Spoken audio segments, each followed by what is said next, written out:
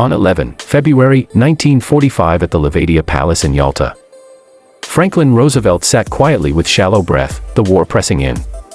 Across the table, Joseph Stalin watched him closely, unreadable and patient, aware that power often arrived, disguised as fatigue. Roosevelt's hands trembled slightly, the strain of 4 terms visible, while the fate of continents waited beyond the windows. This meeting was not just diplomacy.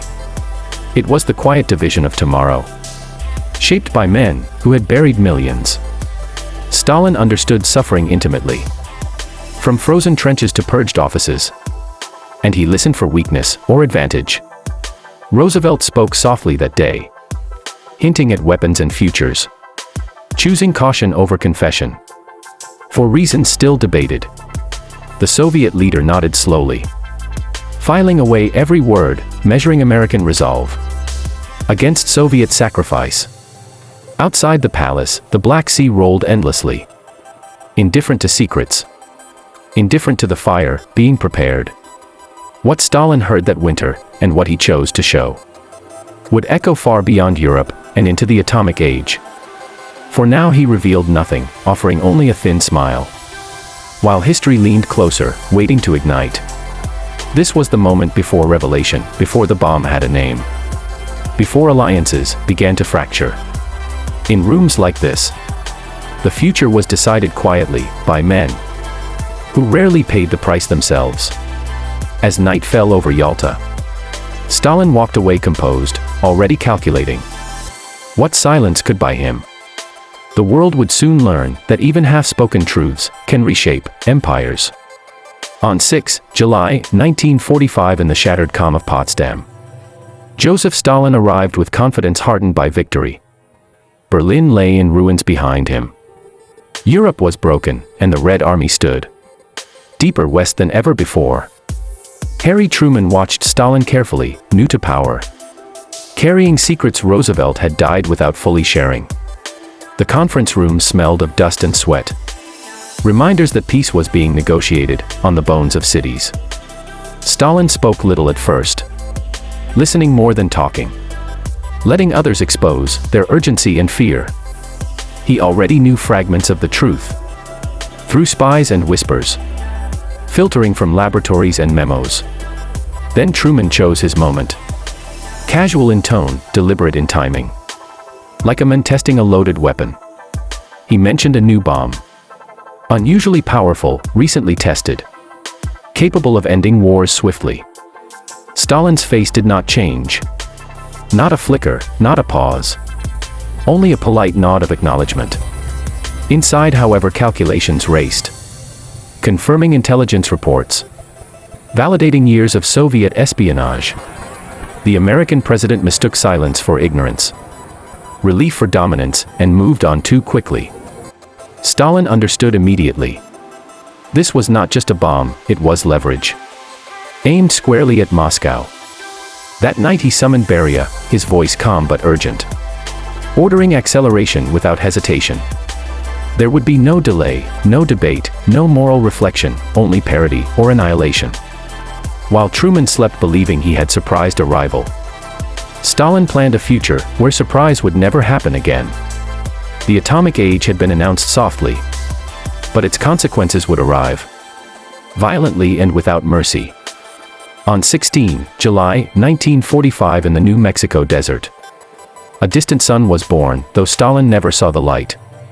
The Trinity test exploded in silence for him, known only through coded cables and whispered confirmations. In Potsdam he moved through corridors calmly, a man already adjusting to a changed universe. American optimism grew quietly, believing monopoly meant control, believing fear could be managed. Stalin thought differently. Fear was a tool, and tools could be stolen, copied, perfected. He remembered Barbarossa vividly. The shock of surprise, the cost of being unprepared. Never again would Russia stand defenseless before a weapon it did not possess. Behind closed doors, Soviet scientists worked relentlessly, driven by urgency, terror, and survival. Names like Kurchatov gained weight. Laboratories multiplied, and time became the enemy. Stalin approved resources without hesitation. Uranium mines, reactors, entire cities erased from maps. There was no celebration in Moscow, only grim focus, only forward motion. When Truman announced Hiroshima weeks later, Stalin showed sympathy publicly, indifference privately. He instructed his diplomats carefully, mourning civilians while accelerating production. The bomb had changed war, but it had not changed him. For Stalin, this was not apocalypse, it was a race, one he intended to win. Every delay meant vulnerability, every failure meant extinction. The Soviet Union would bleed, starve, and sacrifice again, if that was the price. History had given him warning, and Stalin never ignored warnings twice. On 9 August 1945, as Nagasaki burned, Stalin received the news without ceremony, without visible reaction. The Red Army was already moving east, flooding into Manchuria, fulfilling promises made, with calculated timing. For Stalin, this was choreography. Not coincidence, war layered upon war. Pressure applied everywhere at once. He understood the message America was sending. Speed matters, dominance decides. Mercy is optional. Yet he also understood something deeper. The bomb did not erase armies, it reshaped negotiations. Soviet generals watched maps instead of newspapers, focusing on territory, influence, and positioning. Stalin wanted land, buffers, compliant governments, security purchased with geography. The atomic fire frightened him less than American confidence, less than unilateral decisions. In private meetings, he questioned scientists sharply, demanding timelines, demanding certainty. Failure was not theoretical, it meant submission, and submission meant death. The Soviet people knew nothing of these conversations. Only that victory still required sacrifice. Factories shifted priorities silently. Labor camps expanded quietly. Secrecy thickened across the state. Every screw turned, every equation solved, carried the weight of survival. Stalin spoke of peace publicly, reconstruction, brotherhood among allies. Privately, he spoke of balance, retaliation, and inevitability. The bomb had ended one war, but for Stalin it began another, colder and longer. This conflict would not be fought with trenches, but with shadows, threats, and numbers. As Japan surrendered days later, Stalin already looked past celebrations, toward the next confrontation. The world believed the war was over, but he knew better. On 2 September 1945, as surrender papers dried aboard the Missouri, Stalin stayed distant, silent, unsmiling. Victory parades meant little to him now. The future demanded vigilance, not applause. Across the ocean, America celebrated, confident in power, confident in its new weapon. Stalin read reports late into the night, eyes fixed on numbers, production curves, and estimates. Every document repeated the same truth: the Soviet Union was exposed. Its armies were massive, its cities fragile, its defenses suddenly outdated. He ordered secrecy tightened further. Conversations shortened, mistakes punished brutally. Scientists were given privileges and threats, rewards paired carefully with fear. Beria became the overseer, a man perfectly suited to enforce impossible deadlines. Entire towns disappeared behind barbed wire, dedicated only to one purpose. Children grew up not knowing their own locations, maps erased them entirely. Stalin justified everything internally. Remembering Leningrad, remembering 30 million dead. If survival required cruelty, then cruelty became policy. Diplomats were instructed to appear cooperative, reasonable, peace-loving. Behind the smiles, the arms race accelerated, unseen but unstoppable. America had revealed its hand too early, he believed. Now the Soviet Union would catch up, quietly, relentlessly. This was not about revenge, it was about equilibrium. A world with one bomb holder was a world waiting for disaster. Stalin intended to prevent that, whatever the cost. On 29 August 1949, in the Kazakh steppe, the silence finally broke, with a blinding flash. The Soviet Union had detonated its first atomic bomb, ending American monopoly overnight. Stalin received confirmation hours later. Expression controlled, satisfaction carefully contained. There were no cheers in the Kremlin, only nods, only the weight lifting slightly. Years of paranoia, pressure, and fear had produced results at enormous human cost. The balance he sought now existed, fragile, terrifying, and permanent. American intelligence was stunned, timelines shattered, assumptions exposed. Stalin understood the shock intimately, he had once felt it himself. He warned his inner circle quietly, this was not safety, only deterrence. From this moment forward, mistakes could end civilization. The bomb no longer belonged to one nation, it belonged to history. Cold War lines hardened quickly, alliances solidified, suspicion became doctrine. Stalin pushed for more, bigger yields, faster delivery, unquestionable reach. Parity was not enough, advantage remained the goal. Civil defense plans spread across the Soviet Union, secrecy deepened further. Children practiced drills, citizens trusted propaganda, fear normalized. Stalin aged visibly, the burden of power etched into his face. He had secured survival, but at the price of endless tension. The weapon he once received news of casually, now defined global politics. What began as a quiet conversation had rewritten humanity's future. On 5 March 1953 in Moscow, Joseph Stalin lay dying, surrounded by silence and suspicion. The bomb was now reality, not theory, its shadow stretched over every border. Men who feared him waited nervously, unsure whether relief or chaos would follow. Stalin drifted in and out of consciousness, a ruler alone at the end. He had reshaped the world, but could not control what came next. Outside the Kremlin walls, a generation lived under nuclear dread. The system he built thrived on tension, on enemies, on constant readiness. His successors inherited weapons without his caution, power without his patience. The Cold War no longer needed its architect, it moved on automatically. Stalin's death changed nothing immediately, arsenals remained primed. The bomb had become normalized, woven into diplomacy and doctrine. Fear was now institutional, budgets and policies written around it. The human cost vanished into statistics, cities became targets on paper.